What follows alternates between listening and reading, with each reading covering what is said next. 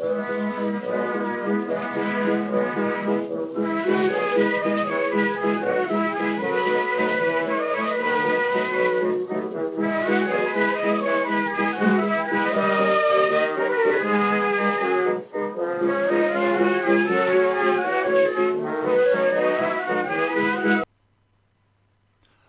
I screwed that up, James. Wow. Sorry, we're live.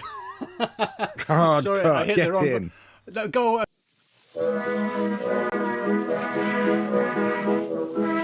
No, I can't maintain it. Sorry about that, James. We're live. Get this. Is that mouse thing on the screen? And Is there a mouse? Get it away from me. The Get mouse it is away gone. from Sorry. me.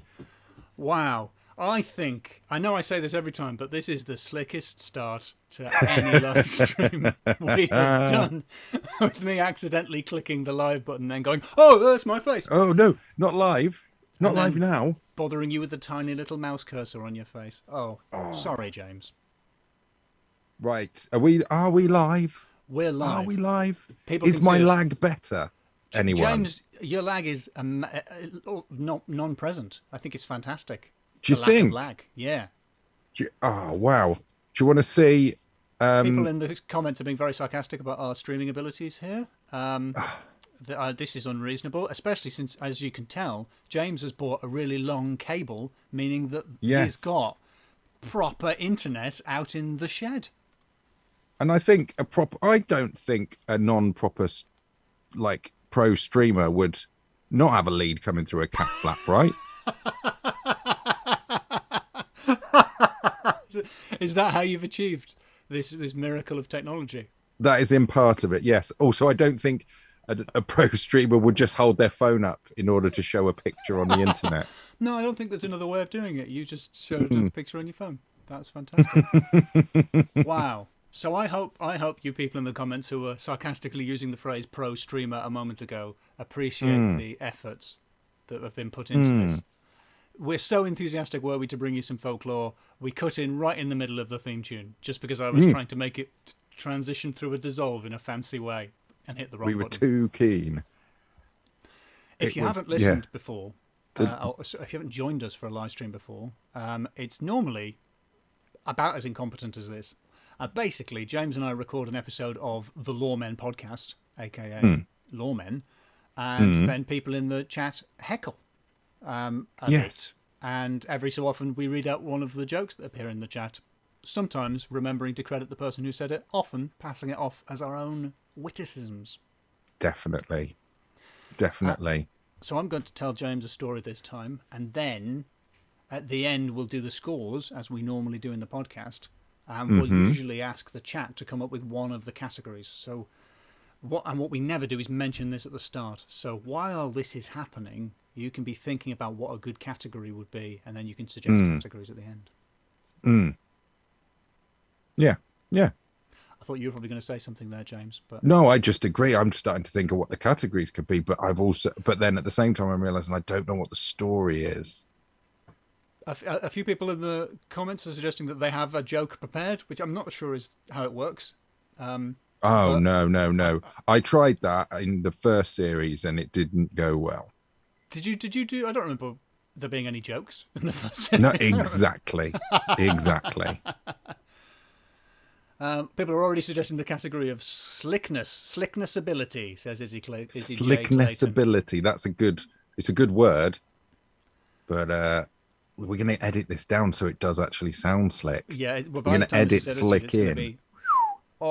It's going to be like cha-cha-cha. None of this will go in. No, we bought a job lot of slick and we just keep shoveling it into each episode. So, to start this live stream another way, welcome to Loremen, a live stream / podcast about local legends and obscure curiosities from days of yore. I'm Alasdair Beckett-King. And I'm James Shakeshaft. Now, James Shakeshaft. I've been listening back to some of our recent podcasts, and you have done a lot of Scottish accents in them. Is that fair to say? Well, I've done one or two, but I've done them many times. You've done the same Scottish accent many times in previous episodes. True or false? Aye. Yeah. Okay. Aye. Now, my concern is, are you worried that you may have angered a Scottish person or Scottish people? No, I think I would have calmed their angry breast with my Scots. So, okay, so now James is passing judgment on Scottish people's breast. That's unpleasant. So, It's actually plural. Breasts, sorry. Multiple people, multiple breasts. That's how it works.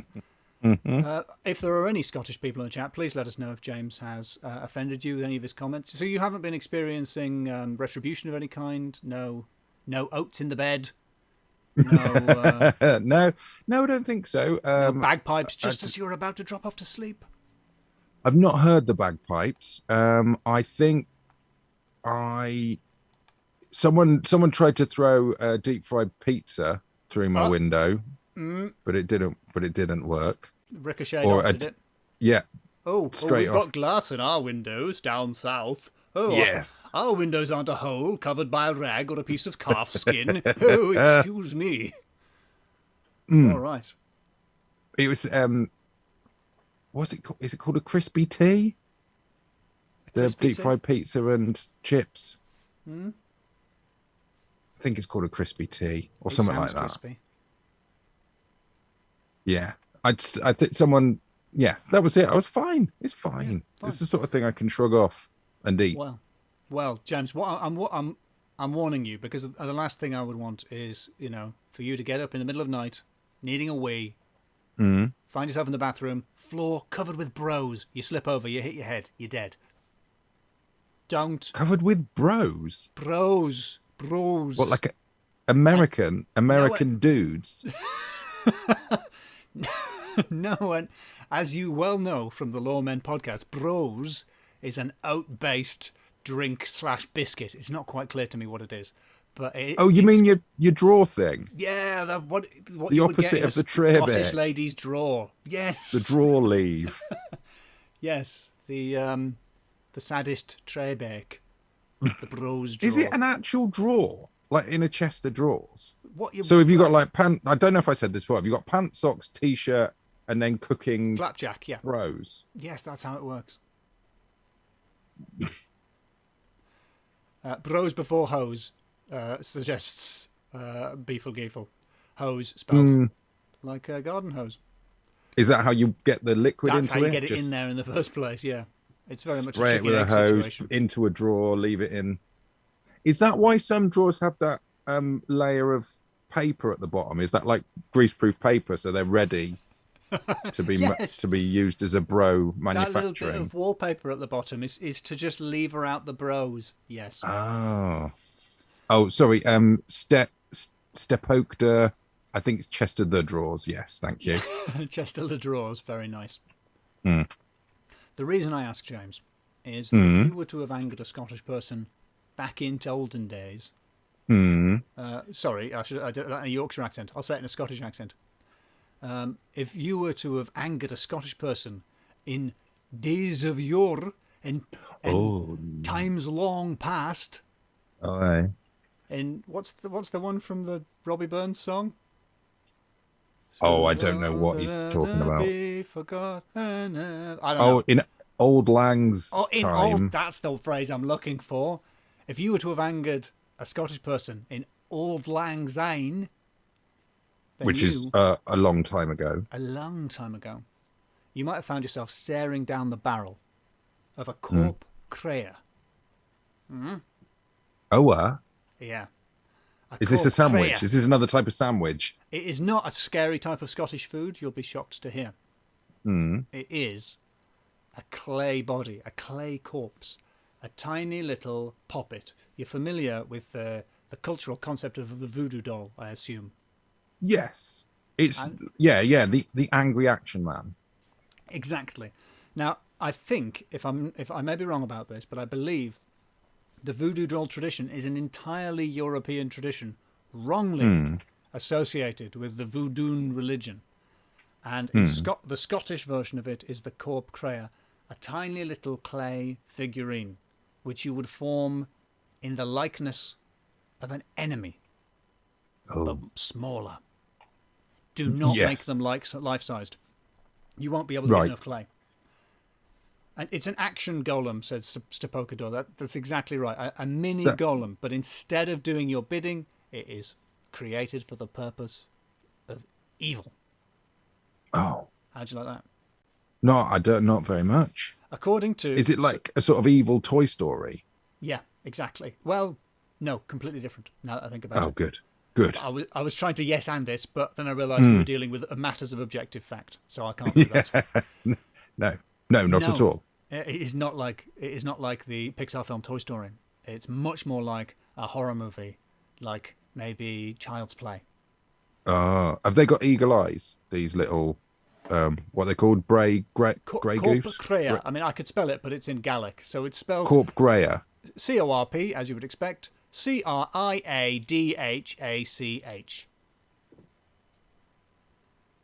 Don't blame me. Yeah. Don't know. Crea is the best approximation of a pronunciation I can manage. Mm-hmm. So what we're talking about, as T-Cake 2000 puts it, is morph gone bad. And what you do once What, that lighter coloured morph that they had? The evil morph, yes. Oh. Once you've created your little clay body in the likeness of your enemy, you could drown it, or you could cast it into a fire, saying, according to Sir Walter Scott, the Sir Walter Scott. Whoa. The original Scott. The first Scottish man. According to him, that you would repeat the words, "We put it into the fire to burn them up, stook and stour, that they be burned with our will, like any stickle in a kiln." Do you know what a stickle is? Is it? It's the sort of the base thing that you use to make stickle bricks. No, it's a very small stick. Oh, a little stickle. Yeah, so it's stickle, twig, twiglet. That's how it works. Oh. Mickle. Yep, exactly. Yeah. Pickle. It's just how language works, James. Yeah. And these were often burned or drowned. But... Yeah, wait a minute. If you're saying the burn thing, when you're drowning it, that's all. You've got... Is there a drown version? It's the same. Like... Oh, yeah, actually, how do you... Because it's just going to be lying there at the bottom of the sink. Put it in the pool and it's not going to think that's very cool. Exactly. I mean, a certain amount of improvisation is legitimate, I think, here. Thank goodness. Now, I was... the main reason we started this podcast late, this live stream late, is that I was researching this afternoon and became so confused by a story that I spent an entire hour trying to understand it and then realised I was late for the setup. So sorry about that, James. Sorry about that, people in the chat. I'm now going to move on to the most confusing murder in Scottish history.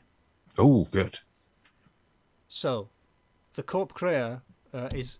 Whoops, I just hit the mic. I'm going to say that again for the sake of the tape. Thank you, Eugene T is saying it started on time, actually, didn't it? Yeah, okay, it wasn't as bad as last week, but I started it early, if anything. I started it before the theme tune had finished, and that's why. The Corp Crea featured in Scotland's most confusing murder case. And I say murder case because there were a lot of murders involved in this case, and it is the story of Lady Fowlis. Ooh. Yeah. And was she the foulest lady? Yeah, she was. Not great. She makes Lord Soulis look like Lord All Right. Liss. Yeah. Liss. Yeah. You can tell which things I have not prepared before I start to say them.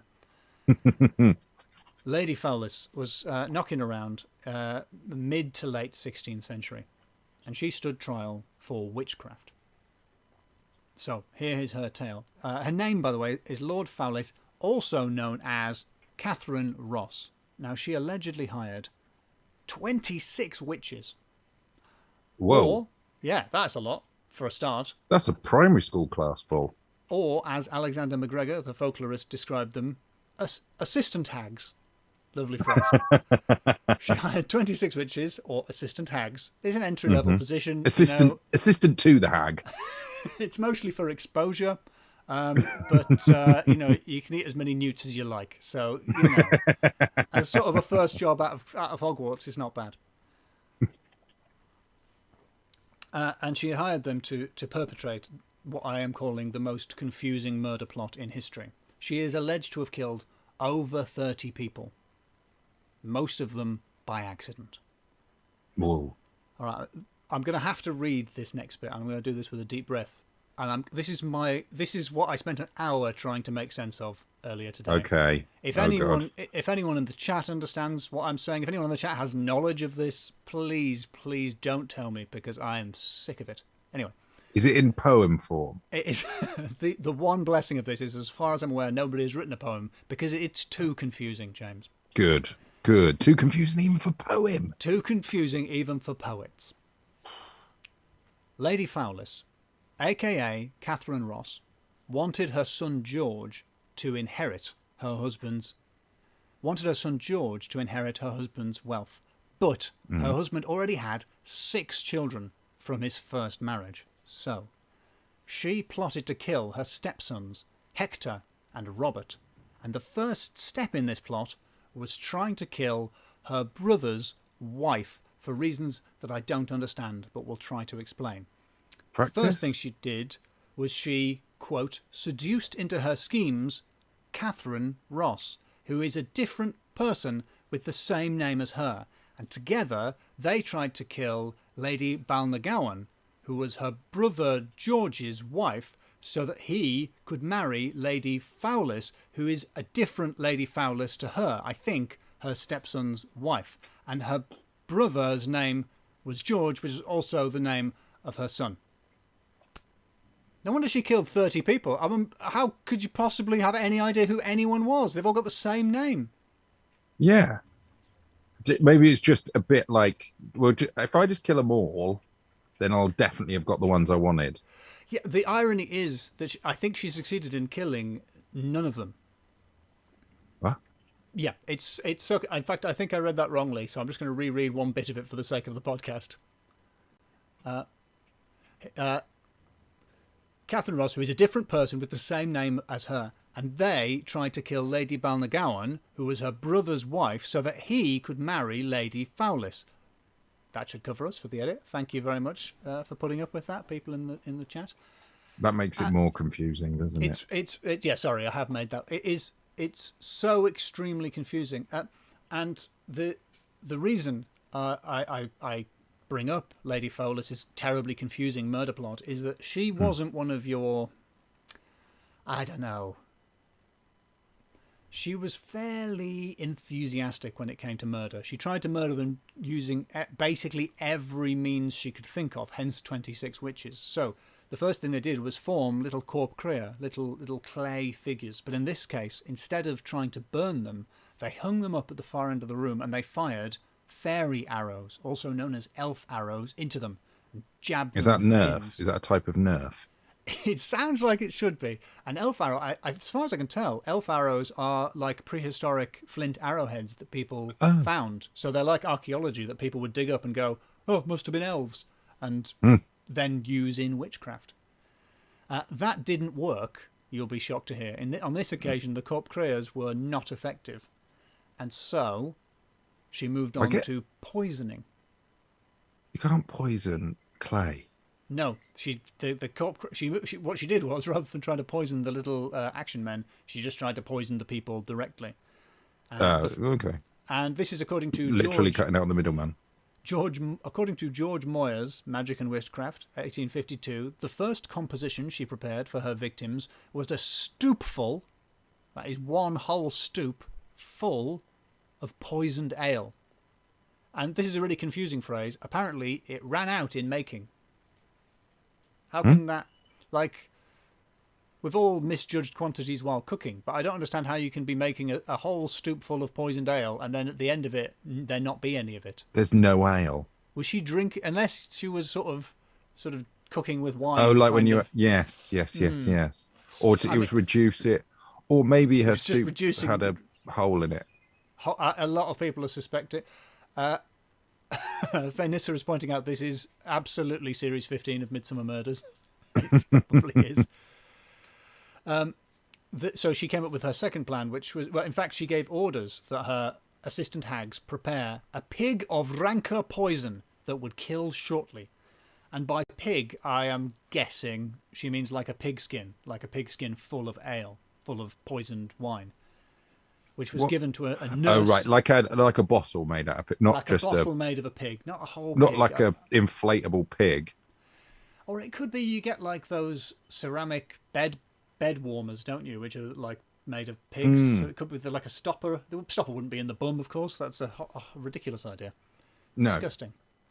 You'd have an apple stopper in the mouth. Exactly. You'd want to, if you were pouring out of a pig, you would want to pour out of the head of the pig, wouldn't you? Yeah, the mouth, the face and mouth. Mm-hmm. Or the eyes, so it looked like it was crying. The chatter pointing out it could indeed have been a piggy bank full of poison. This plan... I don't think that seal is tight enough at the bottom. It's not watertight, and if you turn it upside down, then it's going to come out the money slot. You're absolutely right. It is going to run away like the stoop full of ale. Mm-hmm, mm-hmm. This plan, James, you'll be shocked to hear, also didn't work. A nurse was told to carry the pig full of ale, the pig full of poison, the poison pig. The Trojan pig of poison. The Trojan pig to its intended victim. She dropped it along the way and it split open. And she, with a spirit of waste not want not, drank the poisoned contents of the pig and immediately fell down dead. And in fact, the grass in that area never grew again. So poisonous was the poison in the poison pig. Oh. Sounds like this poison that she's making is a little bit too strong for any sort of vessel. Yeah. It's like the alien's blood in Alien. It's like right the way down through the ship. You can't stop it. It's the ultimate killing machine. It's game over, Lady Foulness. A pig full of horrible off beer. Ugh. So, Lady Foulness did not completely escape justice. Lady Foulness did not completely escape justice. In 1588, she was formally accused of witchcraft by her stepson Hector, one of the people what she was trying to murder. That's anyone.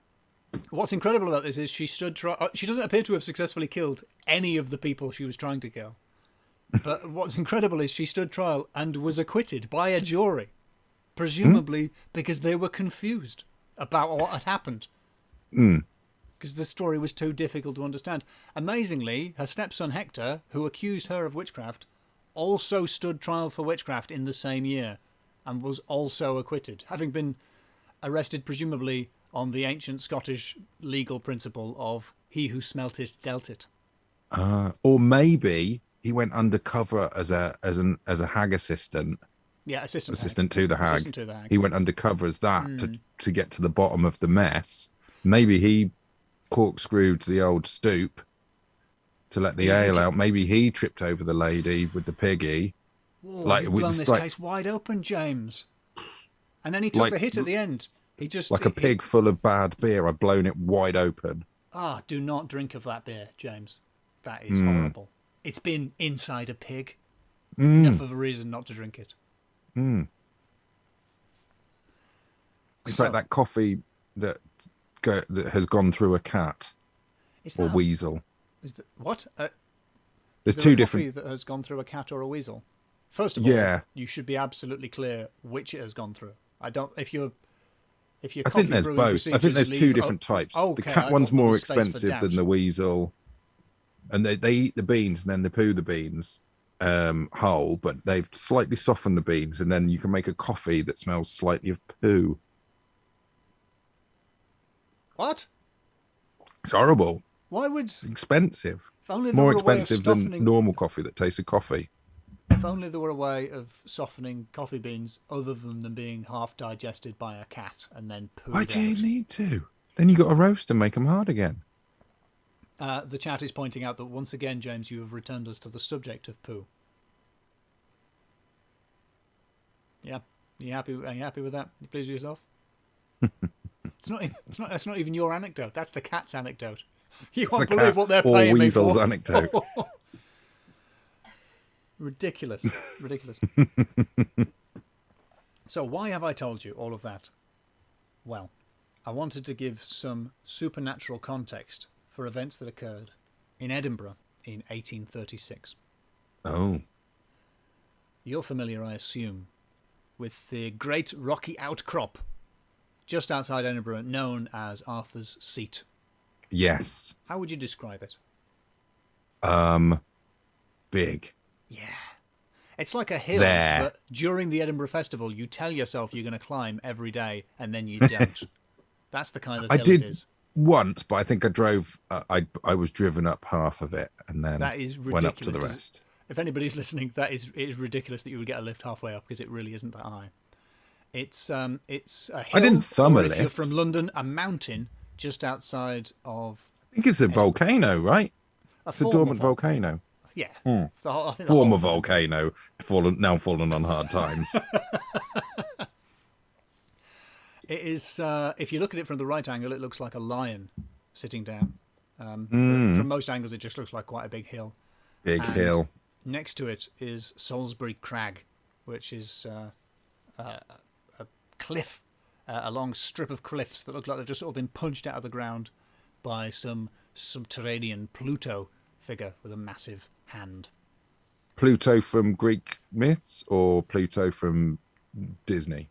You choose. Have you got a flagon there, James? A flagon or a flag? A drink. Oh yeah. So could you bring that back in? We're getting a bit of love from the flagon. Oh yeah, let's get a good look at that. Oh nice. Oh, a little finger. Oh, very dainty. That's looking a lot better than my cup. Is that a flagon of poisoned ale? People are wondering. No, it's shit coffee. Oh. And the cat? Is your cat? He's unable to use the cat flap currently. That looks lovely. So in my experience, the best thing about I actually did go up at Arthur's Seat every single day for one Edinburgh. What? It is possible to do. Did you forget your keys? The first. Did you lose your keys on the first day? Went back up there to look for them. Yeah. It's one of those things that the first time you do it is really tiring, and then you can do it the next day, and it isn't difficult at all. Your body just goes, "Oh, we do this now," and you're suddenly able to do it. But the first time you do it, it's flipping exhausting because it's not that tall, but the route is extremely steep. And I have seen Americans give up within meters of the top because you can't see that you're getting to the top, and you can just see them losing faith that they're ever going to reach it. And the reason I say this is because I have red hair, and if you have red hair and you're in Edinburgh, Americans constantly ask you for directions, assuming that you're a local. And not they chase you up a mountain. Are we nearly at the top of Arthur? Is this Arthur's Seat? Am I in Scotland? That sort of, those sorts of questions. And I just pretend to be Scottish and then just lie about Scotland for as long as I can get away with and say things like, I pretend to be Scottish. Yeah, do you pretend to be Scottish? It doesn't last long. Once you get past aye and no, what would you tell people if you were pretending to be Scottish? Oh well, I don't know. I dropped my phone in the coffee, so I don't know if it's going to work anymore. Did you actually drop your phone into the coffee? No, I once wanted to find out if my phone insurance covered my phone getting wet. Yeah. So I rang up with the persona of a little old Scottish lady who dropped her phone in the tea to see if, because I didn't want them to be like, when I made the claim or whatever, be like, yeah, we know you dropped it because you rang up to say, is your insurance cover it? So I put on the persona of a little old lady who had dropped her phone in the tea. And they were so nice to me. They really were. Shades of Mrs. Doubtfire says entropy. Yes, absolutely. Oh, yeah, I set fire to my boobs, of course. And did it work? Did you get what you wanted in the end? They said that lady was covered because she dropped her phone in the tea. Mm-hmm. And I can't remember. I think I dropped the phone and it broke. I definitely one time dropped a phone and it smashed on the back, so I took it back to the Apple store. And they sort of held it up to look at it, and they didn't look at the back. And they were like, "Oh yeah, this isn't working properly. We'll go get you a new one." And they just never looked at the back, and the back was completely smashed. And I was just like, I had a similar encounter. Turn it round. I bought a DVD read writer. Do you remember in the olden days when we used to use optical media? I remember a DVD, yeah. Yeah. So that's like me saying I had to get my penny farthing repaired. I bought a DVD read writer because it's not good enough to just read DVDs. I wanted to burn those babies. And within a week, the drawer mechanism on it stopped working. So I took it out of my computer and I took it back to the shop, the local shop. Not none of your PC Worlds, none of your Currys. Oh, you didn't go all the way to Chester the Street? No, it was a local computer business that I was patronising. Defrauding. And I said, this is broken. After a week, I would like a refund. And the man was very, very polite. And he said, well, yeah, that's absolutely fine. Of course, you can have your refund. Let's just see what's wrong with the mechanism. And then he brought out a special magic wand and poked it into a hole that I had not noticed on the DVD read writer. And the mechanism relaxed. And he pulled it right out. And there was a little gear, the little driver gear that opens that causes the drawer to open and close. And around that gear, James, was the longest ginger hair you've ever seen. Oh, and where could that have come from? I feel like both of us, in a way, knew what had happened at that moment, but neither of us. As he drew the ginger hair out, he didn't go like, oh, I see what's happened here. He didn't say anything at all. He just silently drew it out of the mechanism. Bing. Did it like tick? Did he hand it back? He didn't say anything about it. He never mentioned it. He gave me the refund, and I just never went in the shop again. But we both knew. We both knew what had happened. I had shed into the DVD drive. You tried to rewrite your hair. And so I just switched to Blu-ray, didn't I? So on Arthur's Seat, in 1836, a group of boys were, according to the Scotsman, searching for rabbit burrows on the northeast range. We should probably point out the Scotsman's a newspaper.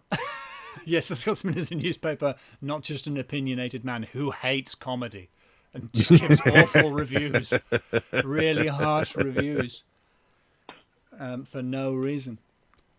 I actually have got quite a good review from the Scotsman, but still. Knows nothing about comedy. I got a decent, a very nicely written 4-star review in the Scotsman, which they never printed. So so if you ever see a 4-star review on my blurb from the Scotsman, I've read it, and the person who wrote it has read it, and nobody else has read it. But it was very complimentary. So I'm going to return to Charles Fort, who I mentioned in the earlier mini-sode today. Yes. Chucky Fortean. Charles Fort, who gave us the word Fortean to describe absolute bobbins, recorded what happened thusly. And once again, I'm going to do the Orson Welles / Vincent Price / Dr. Evil voice. Oh, yes. And read in full Charles Fort's account of what happened to those little boys. Early in July 1836, some boys were searching for rabbits' burrows in the rocky formation near Edinburgh, known as Arthur's Seat. In the side of a cliff, they came upon some thin sheets of slate which they pulled out. A little cave, 17 tiny coffins, 3 or 4 inches long. In the coffins were miniature wooden figures. They were dressed differently in both style and material. There were 2 tiers of 8 coffins each, and a third one begun with 1 coffin. The extraordinary datum, which has especially made mystery here, that the coffins had been deposited singly in the cave and at intervals of many years. In the first tier the coffins were quite decayed, and the wrappings had mouldered away. In the second tier the effects of age had not advanced so far, and the top coffin was quite recent looking. What could they have been, James?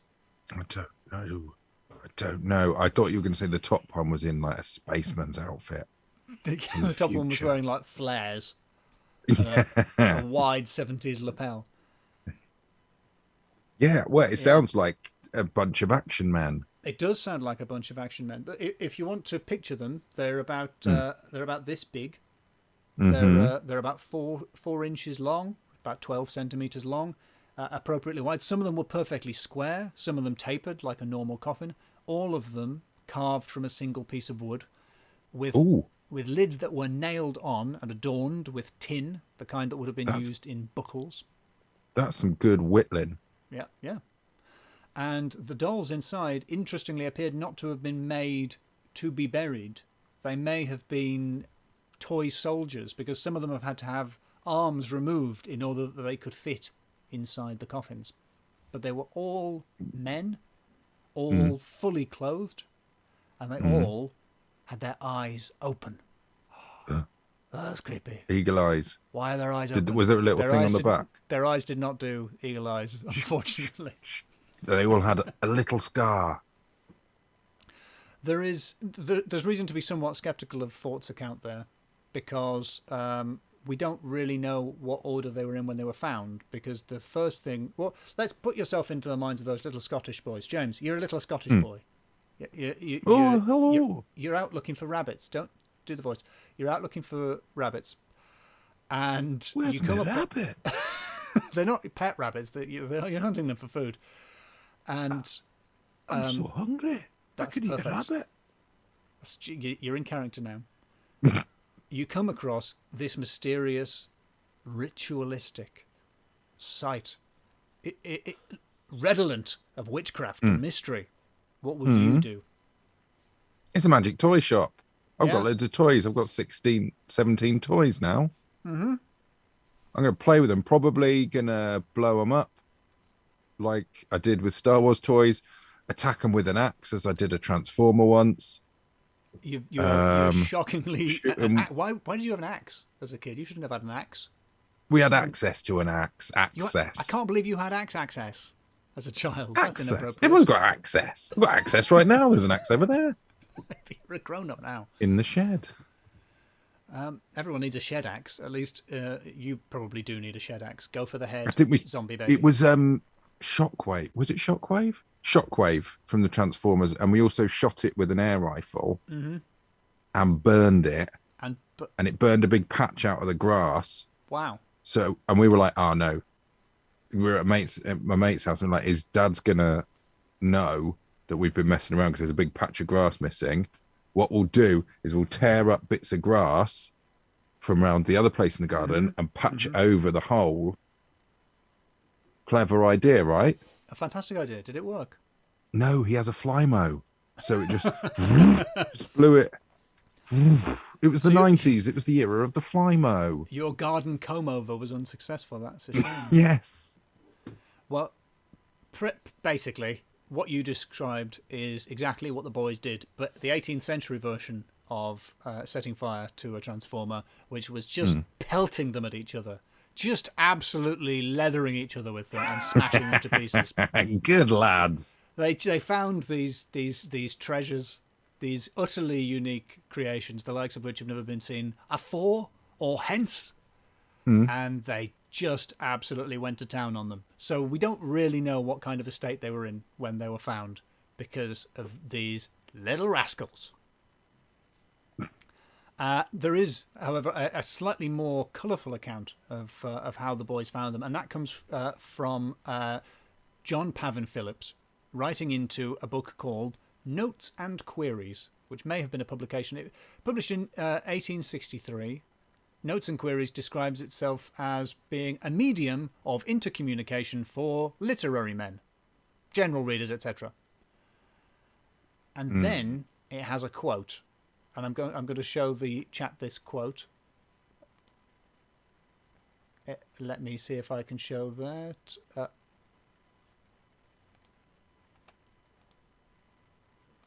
Yes, you can see our quote, I hope. Oh, yeah, Captain Cuttle. Yes, a quote from Captain Cuttle. And the motto of Notes and Queries is, when found, make a note of it. What does that mean? How is that? When found, make a note of it. It doesn't... Now, you, like me, James, probably assumed that Captain Cuttle was a crab. of some kind, in which case his ability to definitely speak nautical. at all would be notable. And the fact that when found, make a note of it doesn't mean anything wouldn't be an issue. So I Googled who Captain Cuttle was. And, of course, Captain Cuttle was a horse. There's a picture of Captain Cuttle. Captain Cuttle, winner of the, I think, 1922 Epsom Derby. Good on you, Captain Cuttle. So remarkable that it was speaking, and also speaking several decades before it was born. And able to write.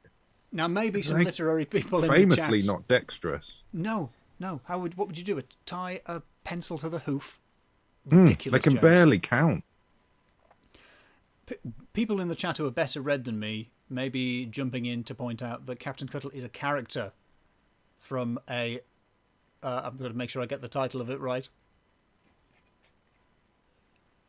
I didn't write it down. When found, Alasdair, make a note of. If only I had made a note of. A character from the Charles Dickens novel Dombey and Sons. Dolby and Sons. Doobie and Sons. I'm going to edit it down to which one is actually... Brothers. I don't... The Charles Dickens novel. It's the not one Doobie of his Brothers. big ones, is it? Dombey and Sons. And apparently Captain Cuttle says, when found, make a note of it. And according to one page on the internet, he immortalised the phrase, when found, make a note of it. A phrase which means nothing and which nobody has ever said. Apart from us 20 times. Apart from me now. a lot of times. So I'm going to have to go away and read Doobie and Sons and find out what they were up to. But according to John Pavin Phillips's account, that was popular among the people of Edinburgh at the time, the boys had been climbing not on the side of Arthur's Seat, but on the side of Salisbury Crag. And in fact, one of the boys had been attempting to climb up, only to find that the slate he grabbed onto was loose and tumbled down to the ground. On his second attempt, he realised he'd opened up the mouth of a large cave, and that was where he found the 17 coffins arrayed in exactly the way we've described. That's a bit more dramatic, isn't it? Yet another account recorded in 1957, even later, by Robert Chapman, says that it wasn't the boys who brought the figurines down and introduced them to the world at all. It was their schoolmaster, Mr. Ferguson, who retrieved them. But at that point, the newspapers found out about it, and theories started to be formed. Before the last section of the story, I'd like to introduce a few of the theories out there. Maybe you can decide which one you think is true, James. But do you have a favoured theory at the moment? I think it's... I think it's just a toy someone's tried to start a toy shop business. A creepy toy shop. Creepy toy shop, and didn't think that there wouldn't be as much passing trade. Although they know the one time they leave the toy shop unattended, 10 toy hungry boys come by and wreck the place. There's something I'm unhappy with in the phrase toy hungry boys, but I can't put my finger on it. I was watching an episode of Columbo yesterday, and Columbo walked up to the mechanic and asked the mechanic his alibi. And there's something quite innocent about the period of the 1970s. He said, where were you at the time of the murder? And the mechanic says, I wasn't here. I was taking an underage kid to an R-rated movie. It's like, that's his alibi. It makes perfect sense in the episode, but it's like, I don't know if you would say that now. So back on track. Here are some of the theories that explain the figurines. Theory the first: satanic spell manufactory. Ooh. I'm going to say it in a Scottish accent to give it a little bit more stank. Satanic spell manufactory. Ooh. What, like a factory? Yeah, manufactory is like a factory for people who have a little bit too much time on their hands and just want to add a bit of a flourish. You could say manufacturers or factory, but I suppose it's just implying that it's done on an industrial scale. Exactly. This is The Scotsman, 16th of July, 1836. They write that, possibly in a slightly tongue-in-cheek way, they write that there are still some of the weird sisters hovering about Mushat's Cairn or the Windy Gowl who retained their ancient power to work the spells of death by entombing the likenesses of those they wish to destroy. Yeah, so that's one theory. Yeah. The Edinburgh So Evening. the those what they called grey gull. The Windy Gowl. What are they called? What were the clay figurines called? Oh, Corp Crea. Corp Creas. That they So were sort of Corp Corp Creas. Creas. Exactly. Yeah. Yes. The other way you might kill people with a Corp Crea, I think, is to bury them head first, upside down. Oh, which isn't. yeah, that kills most things. Mm-hmm. No one likes being upside down. I hate it. No. If you're in the chat, do you like being upside down? I'm just trying to make this a bit more like radio, James. If you like being upside down, call in, let us know. Apparently 20% of men think that they could be buried upside down and survive. I'll be fine, mate. I'll be fine. Actually, your blood goes into your brain and you operate faster. So actually, I'll be even more deadly upside down. Yeah. Yeah. The Edinburgh Evening Post suggests a slightly more sober theory that it may be a remnant of an ancient custom which prevailed in Saxony of burying in effigy departed friends who had died in a distant land. Oh, right. Nice idea. Similarly, the Caledonian Mercury, by far the rockinest paper name we've dealt with so far. That's brilliant. They thought it might be a burial for people who had died at sea. And then, James, it's 1994. What? Right. Yeah, I'm jumping ahead in time. Picture the scene. Okay. It's 1994. I was going to say Cool Britannia. Hasn't happened yet. John Major is Prime Minister. Cool Britain remains uncool.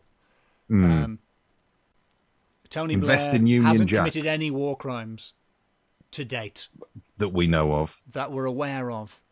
And the researchers, Simpson and Menifee, came up with a new theory. There were 17 coffins, they thought to themselves. We need to look for 17 victims. And look, they did. And they found, you've probably heard of them, the murderers, Burke and Hare. Oh, yeah. Yeah, who now run that strip club in Edinburgh. Yep. Is that still? It's probably gone out of business. It's unpleasant to name a strip club after murderers. But yes. now, Burke and Hare are obviously way too famous for our podcast. Oh, I think we seem to have gone down. Oh, yes. Okay. Oh. I'm getting a warning here. Yep, okay. What is it? All right, I'm going to stop the stream and lower the quality and then start again. Okay. No, shall I? Can I just lower it as we go? Let's see if I can do it on the fly.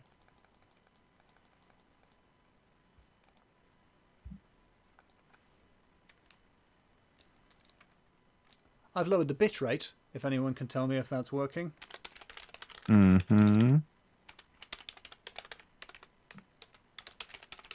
think people just heard war crimes and strip club. Oh no, people are just hearing the bit where I slandered Tony Blair. Yeah. Are we back? Okay, my warning has gone, so I think we're back.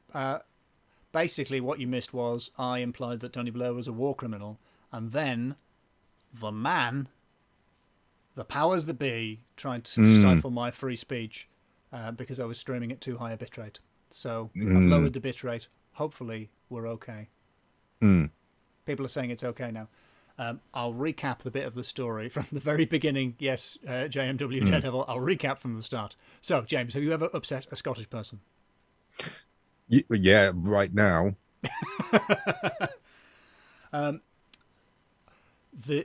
Okay, so I'm going to recap. I don't know quite how far to go back. It's 94. It's the year 1994, James. Picture the scene.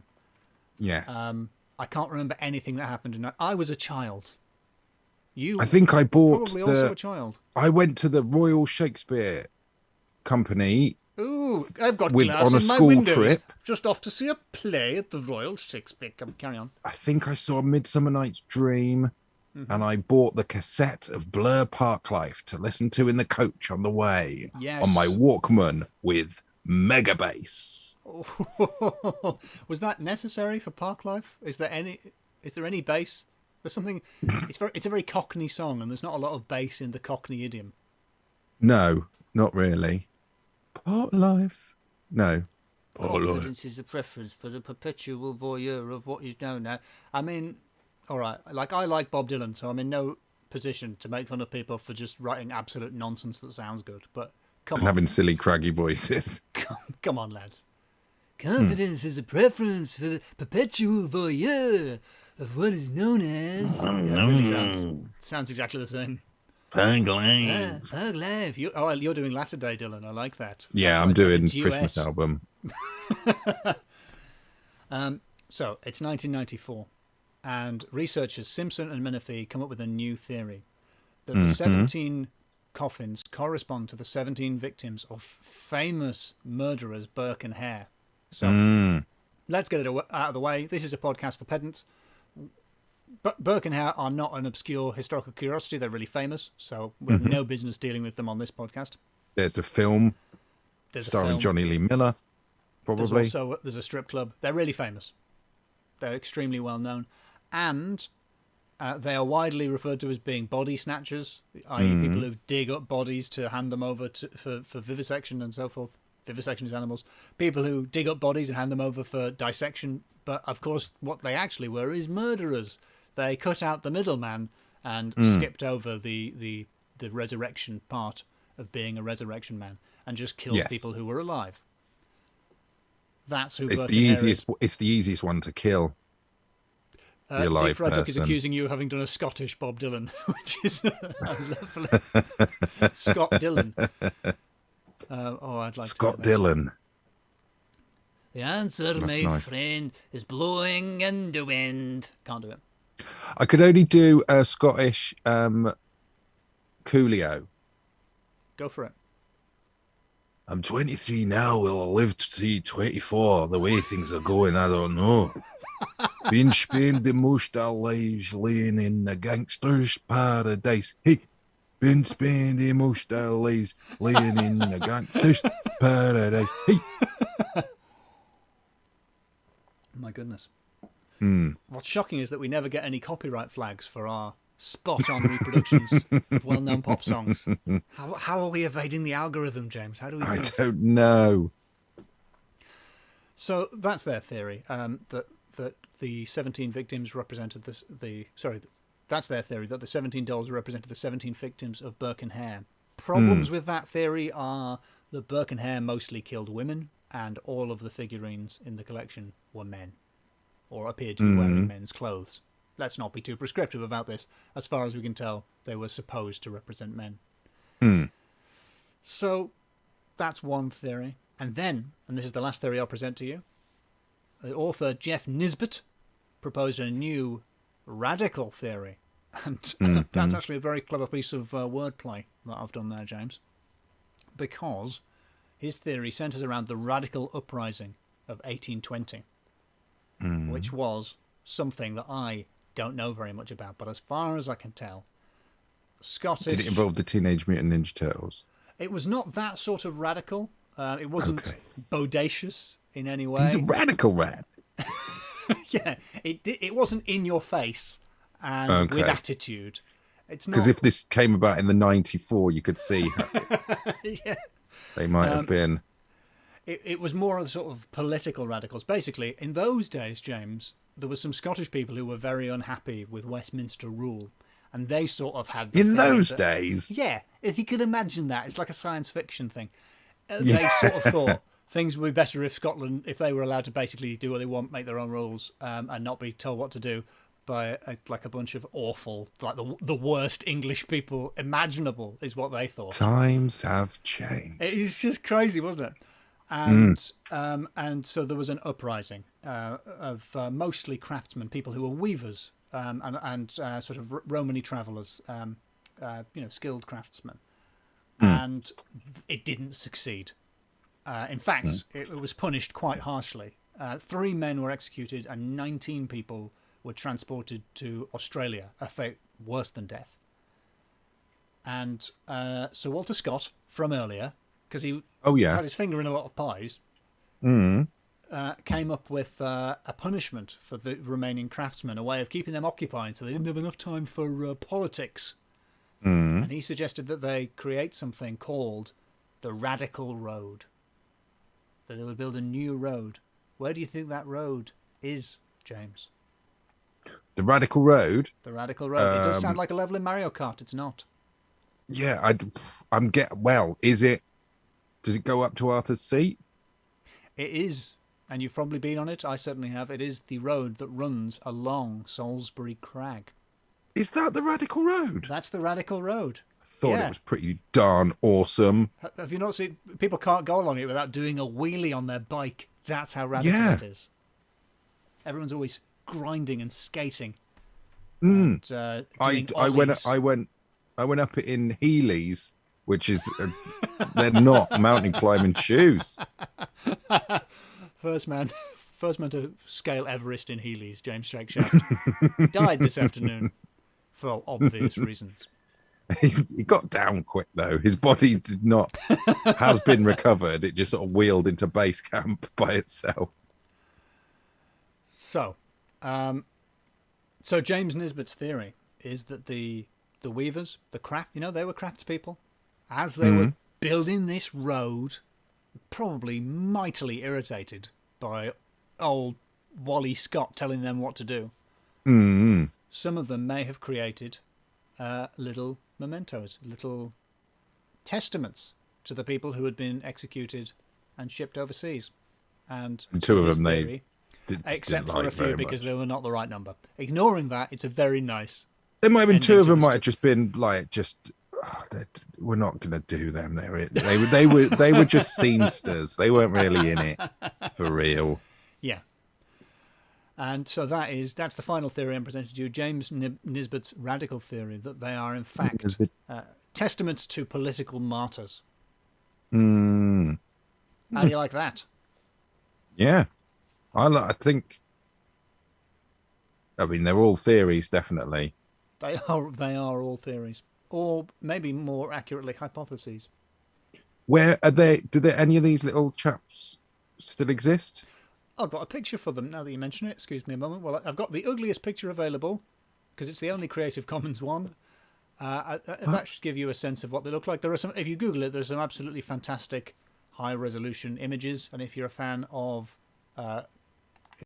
crimes and crime fiction, then the Rebus story, The Fall, filmed with Ken Stott, features them as a central plot point, which is quite the Reeves and Mortimer character.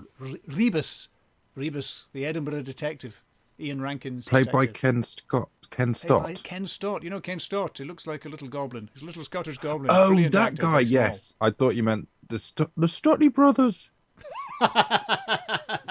No, well, the little explosion. No. Get you in the mood. No, not those guys. More like Ken Stott saying, "Oh, I'm trying to solve a crime in Edinburgh. I'm smoking fags and I'm shouting at women." Anyway, you don't need to watch Rebus. I've just done it for you. It's brilliant. That is Rebus. Yeah. That's Rebus. I'm no a puzzle where you have to look at pictures and work out a word. Anyway, he's got a Glaswegian accent for some reason, even though he's from Edinburgh. So it's now time to turn things over to the chat and suggest some categories for us to score these 17 bad boys. And I always forget that it takes a while between me saying that and it coming up in the chat. So, James, have you got any way of killing time while we wait for people to start suggesting things? Got a little song or anything? It's good to sing some more of Gangster's Paradise and Scotch accent. Just do a bit more Gangster's Paradise. Are there any other I don't think there are any other Coolio songs, are there? I've got to be honest. Are there any other Scottish rappers? There's LL Cool J. James is a Scottish name, as we know. He's probably Scottish. It's good that he's not Welsh. I think we discussed that before, isn't it? I've done that joke before. Yeah. Why are we? Oh, I'm getting some categories coming through now. Nope, stop singing, James. Stop. We love. It's not necessary. It isn't necessary to. Me. I don't. Maybe James can't hear me because you seem to still be singing. It's what I'm saying. I don't seem to be able to stop you. We're getting the category Minute after minute, hour Scottish after hour. accents, Edinburgh anecdotes, angering the Scots, tiny Galimic people, cheeky boys. I'm not sure what the cheeky boys are. Are the cheeky boys? Are we the cheeky boys?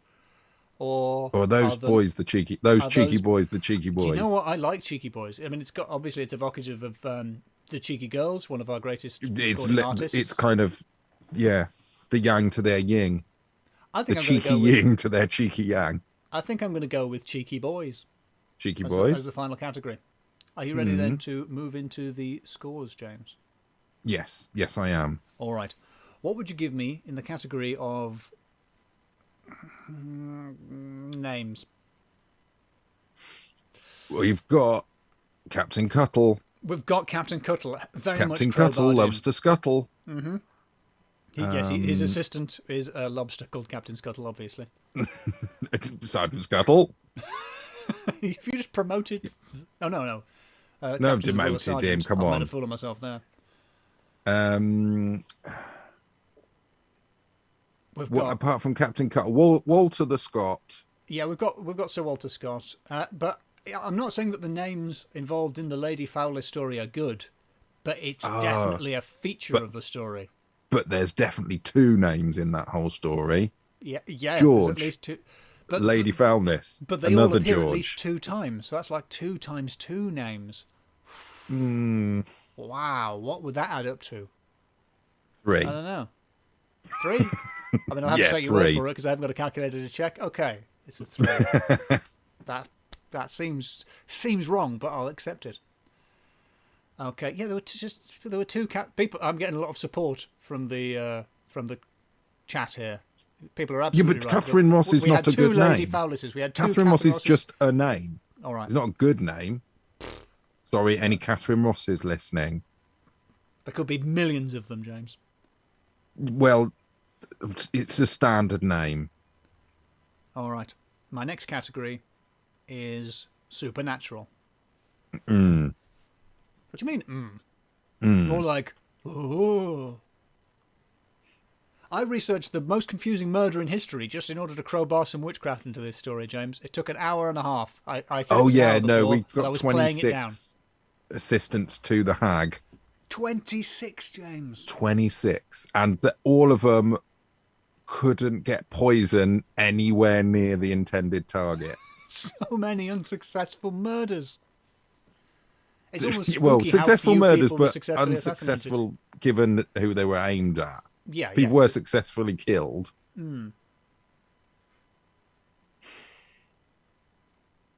Poison isn't ghosts, someone points out. No, but when it is a witch doing the poisoning, it annoys me that you have acolytes among the listenership, James, who think that if it's supernatural, there has to be a ghost. No, I think witches 26 assistants to the hag. 26 is probably, I don't know how many 2 baker's dozens of witches. Yeah. Did you say that already? No. Someone must have said it in the chat because there's no way I worked that out. Someone said it was 2 devil's dozens. 2 devil's dozen. That must have been it, which is the same as a baker's dozen. So a devil's dozen is the same as a baker's dozen because a baker's of the devil. Bakers of the devil? I think I've lost the ability to speak out of shock. Does that mean the bakers are devils? Oh. What else? We've got grass that won't grow to this day because of the poison pig, as Entropy points out. That's a good point. Leaky poison pig. Spooky poison pig. But that's just like pollution, and that sadly is not supernatural. That's a very real problem, and that's why we've called you all here to this Zoom stream. It's a very roundabout way. Please recycle. Like Scottish people do names. Like, if you're called Catherine, find someone else called Catherine, give them your name.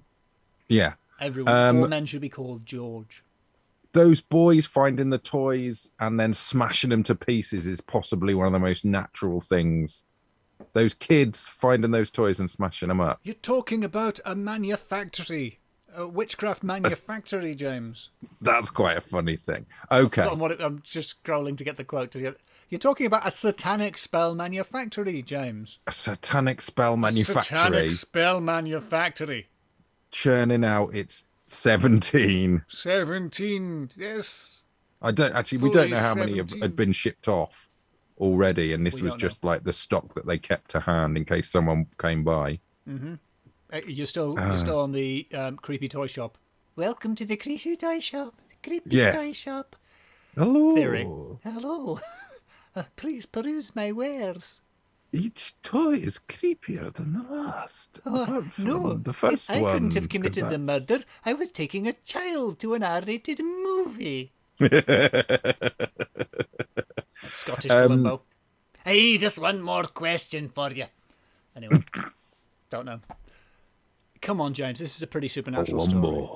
It's creepy. It's creepy. It's weird. It's weird. It's definitely. I'm going to go 4 because there were just so many assistants to the hag. Mm-hmm. It was spooky. Yeah. They're weird. We don't know what those weird little things were for, and I think they were somewhat not right. Yeah. Have you said the number and I just missed it? I said 4. Oh, sorry. I thought you said FOR, and I was waiting for you to finish your sentence. Could you say that again, and I'll react in like a sort of compos mentis kind of way, like I'm paying attention. I think it's a 4. A 4. Okay. All right. Great. I thought you were gonna stiff me on this. Brilliant. No, I think I don't know. Oh, I'm very happy with that. Okay. My next category is radical. Whoa. Yeah. I mean, okay, Grandpa. Can I hang 10 on that? No, I can't. You betcha. It's bitchin'. Yeah. Did I pronounce the G in that word? No. I don't know. I never pronounce sounds G's. like I just use apostrophes. That's probably a Scottish dinner as well. What's for tea? Bitchin'. All we got is bitchin' and rumbledy-tumps.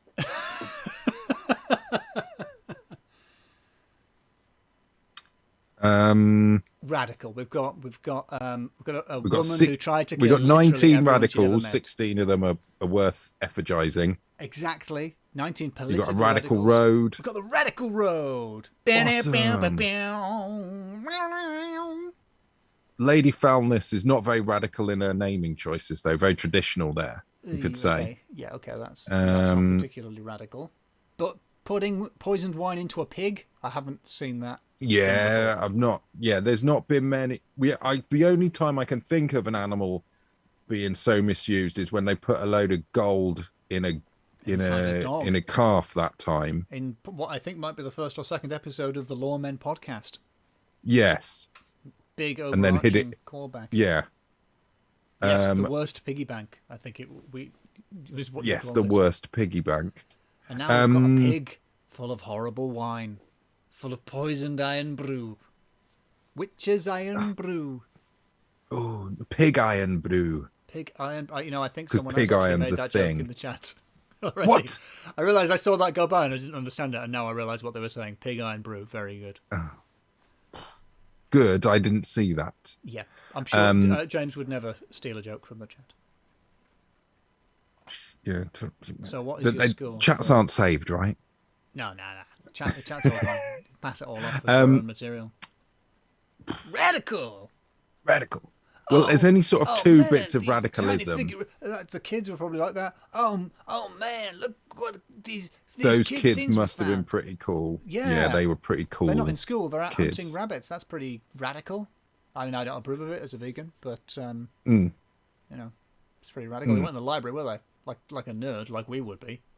They were out there living their lives.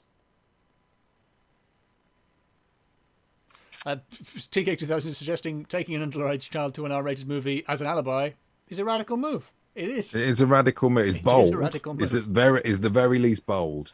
As a gambit, it's a risk. 3. What? There's that is the least radical. I don't think it's that radical. apart from all those radicals. What about the guys who came in with like radical new theories? It's 1994. Fringes are back, and That was a pretty radical theory. Yeah. To bring in Burke and Hare, which was probably coming out as a film at around that time. Things can only get better. I know that's 1997, but still. Britpop. No, okay. We got the radical John Major from 1994. All right, yeah, it was John Major. Yeah, all right, fair enough. Final category. Cheeky boys. Oh, those cheeky boys. Cheeky boys. And we are cheeky boys. We're cheeky boys. We are cheeky boys. Cheeky boys are cheeky boys. How many kids were there? Are cheeky people of a variety of genders. How many of those cheeky little lads were there? This is the great thing about this, James. I can see you rubbing your tiny little hoofs together in glee, anticipating that I will say there were 3 boys, because that is the standard number of boys. As far as I can tell, we don't know how many there were. The accounts just say that some boys were there. So, I would say it could be anywhere up to the number 5. Easily. Cheeky boys. Any number up to the number of 5, you say? We could easily be dealing... Well, not any number up to the number of 5. There definitely wasn't 1. There's multi-boy. It's multi-boy action. Yeah. I'm glad you finally found a use for the alternative name we had for this podcast, multi-boy action. I'm glad you managed to slip that in. We've got I'd say there's us two boys. Cheeky boys. What? There's those not two of them. There's loads. There's them 2 cheeky boys. There is. Which takes you to a 4. Oh, okay. There's one more cheeky boy. Who's the cheekiest boy in this story? Who's Hector. That? Hector. Who's pointing the finger at someone for being a witch. And what happens? It turned out he was into supernatural manufactory all along. How cheeky is that? That's a full 5 for cheeky boys. When you point at someone else, your thumb is pointing back at you if you're above it slightly. Yeah? When you point like this. If you're pointing at sort of an angle, like a cop in a film would hold their gun, like a radical would hold their gun, then your thumb is pointing right at your temple like that. When you point at someone, you're doing a thumbs up to justice. So what's the score? It's 5 out of 5 for cheeky boys. It's 5 out of 5 for cheeky boys. 5 out of 5. I can't argue with the numbers. Can we do a high five? Is that possible? Yeah. Okay. 1, 2, 3. Oh, my arm. Oh, yes. High five. High five. Why are you so much bigger? I am. This is the size I am in relation to you. You've allowed people to have the impression that you're taller than me, but in fact, you're a tiny wee cheeky boy. No. Whereas I'm a huge tree beard-like figure carrying you around and taking you to see. Am I a hobbit? Movie. You're a hobbit sitting, and and I think very slowly. And I'm Jonathan Rhys-Davies. And Jonathan Rhys-Davies thinks very slowly in real life, which is why he has terrible political opinions. But I can carry you. And I was in the Goonies. That would be a hobbit to a different hobbit, not a hobbit to Treebeard, who he could not... Sam couldn't realistically carry Treebeard, could he? That'd be a farce. You just cut him up into... Matchsticks, Not collops, but matchsticks, yeah. That's how you do it. Wood chips. Put him through a wood chipper. Unlucky Treebeard. Well, I don't know much about those films. Nope, no, I haven't seen them for years. Don't really like Tolkien. Sorry if that opinion is too radical. No, 3. No? You're getting 3. All right. Well, James, that was the story of the Arthur's Seat Coffins. Did you enjoy That was great. The Coffins. Was the amount of research I did worth the fact that we started the tech setup a good 2 hours later than I said we would, because I spent ages on it? Yes, I think so. Good. Because it was that last cheeky boy twist that gave you the full 5 cheeky points. Good. And I felt bad that you'd done all that research, so I gave you extra points for Supernatural. All right, well, that makes it sound like it was a pity 5, and now I'm a bit sad. No, it wasn't a pity 5 for the boys. It was a pity 4 for the Supernatural. Okay. It wasn't a pity 5 for the boys, which is the first album of our band, Mega Boy Action. What was the phrase? It's the first album of our multi-boy, band. multi-boy conspiracy. Multi-boy I don't know. Was it? I can't remember. We've said a variety of things. I'll edit it together in the podcast to make that into a hilarious joke. Fernissa points out we have been Tolkien for an hour now. It's time for us to wrap this up. We better go. Thank you very much for joining us, people in the chat. If you are able to, using emojis, give yourself a round of applause or make congratulatory noises. Thank you for joining us and for being part of it and for suggesting categories. I think it's fair to say that we're doing this a little bit more regularly than we used to. I hope that's okay with you, and I hope you'll continue to join us. And if you hate it, don't say anything, please. Keep it down. We're quite sensitive. But if you have positive feedback, that's more than welcome. Oh yeah. Give us that.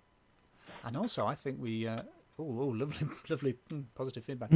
Compliments. Yum. And also, let's all just enjoy the cruel irony that it was my internet connection that let us down, while James has been, I think, correct me if I'm wrong, has been lag-free for the whole session. That's the cat flap internet, baby. The internet of cat flaps. Is that the sentence we're going to end the stream on? The internet of cat flaps? The internet of cat flaps, yes. Thank you for joining us on the internet of cat flaps. We're not going to top that. I'm going to go back to the holding music. Thank you, and see you again. No, it's not quite ready. It nearly is. All right, are you ready to wave, James? Let's do some waving. Is that your coffee poo cats coming for you? Mouse on me. Sorry. Get off. Okay. Bye-bye. I'm going to poke James in the eye. Get off. Oh, it's attacking him. All right, this is getting silly. Bye.